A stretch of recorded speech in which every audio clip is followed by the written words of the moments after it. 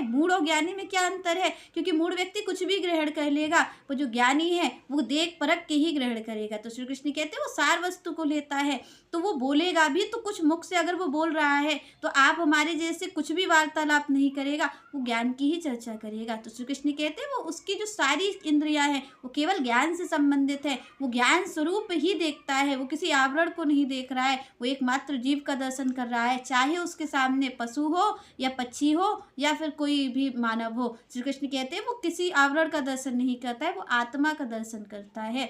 यहाँ पर वो आप और हमारी तरीके व्यर्थ में नहीं गवाएगा समय, जैसे आप और हम व्यर्थ में गवाते हैं, कहीं हम इसके कार्यों को करने में लगे, कहीं हम इसे प्रसन्न करने में लगे हैं, तो आप और हमारा जीवन तो ऐसा ही जाता है। तो श्री कृष्ण कहते हैं जो सतोगुण में स्थित है वो अपने जीवन को यूँ बर्बाद नहीं करेगा। क्यों? क्योंकि वो जीवन की कीमत जानता है, वो ये जानता है कि हमें ये मनुष्य तन क्यों मिला है। तो यहाँ पर श्री कृष्ण कहते हैं वो ज्ञान की वजह से, ज्ञान होगा उसमें, इसलिए वो ऐसे समय की बर्बादी नहीं करता है, वो अपने ज्ञान के प्रकाश में श्री कृष्ण को प्राप्त करने के लिए ही कार्य करता है। तो श्री कृष्ण कहते हैं इस तरीके से वो करता है। वो सत्व गुण में उपस्थिति सबसे पहले, जब शुद्ध सत्व गुण की बात भगवान करते हैं तो फिर आप देखेंगे कि वैसे जो ज्ञानी है वो तो केवल दर्शन करता है जीव का, और यहाँ पर जब भगवान कहते हैं शुद्ध सत्व गुण में, यानी उनकी जब प्रेम भक्ति में कोई हो जाता है तो श्री कृष्ण कहते हैं फिर दर्शन आत्मा का नहीं, दर्शन केवल भगवान का हो रहा होता है। ज्ञानी तो भी एक सीमित तक दर्शन केवल जीव का कर लेता है कि भाई ये आत्मा है,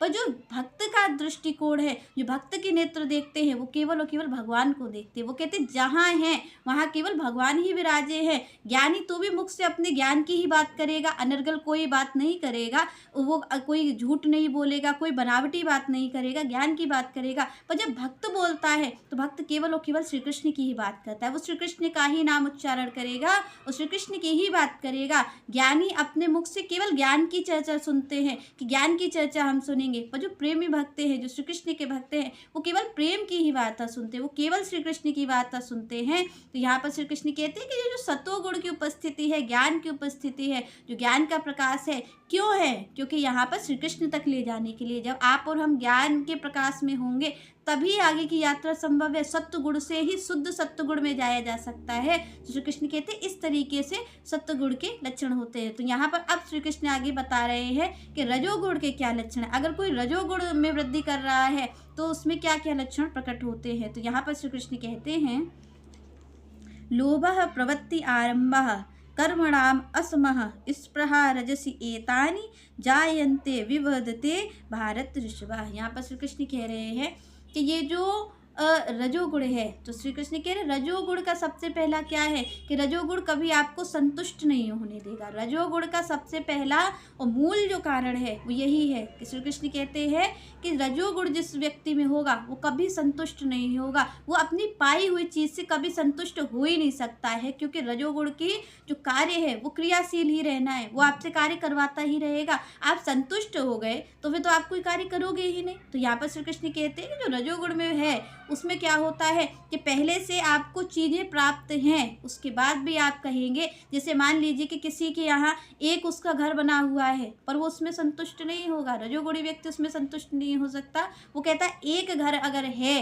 तो इससे बड़ा घर मैं और बनाऊंगा, अगर मेरे पास घर है तो अब तो मैं महल बनवाऊंगा। तो महल बनवाने की जो इच्छा है श्री कृष्ण कहते हैं ये रजोगुण की ही इच्छा है, क्योंकि वो पहली चीज़ से संतुष्ट नहीं है। अगर वो पहली चीज़ से संतुष्ट हो जाता तो फिर तो उसको आगे की जरूरत ही नहीं थी, पर क्योंकि वो रजोगुणी व्यक्ति है तो श्री कृष्ण कहते हैं वो अपनी पहली हुई प्राप्त चीज़ों से संतुष्ट नहीं होता है और प्राप्त करने की उसकी इच्छा रहती है कि मैं और प्राप्त कर लूँ। तो सबसे पहला जो गुण श्री कृष्ण रजोगुण का बता रहे वो है असंतुष्ट होना। आप कभी संतुष्ट नहीं हो सकते, चाहे आपके संबंध हो, चाहे आप उसको धन में ले लें, क्योंकि यहाँ पर सबसे पहले रजोगुण की बात ही यही है कि वो आपको कभी संतुष्ट नहीं होने देगा।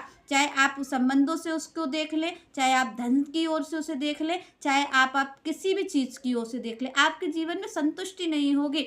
जब तक आपके जीवन में संतुष्टि नहीं होगी तब तक आपके जीवन में शांति भी नहीं हो सकती, क्योंकि शांति के मूल में क्या है? संतोष।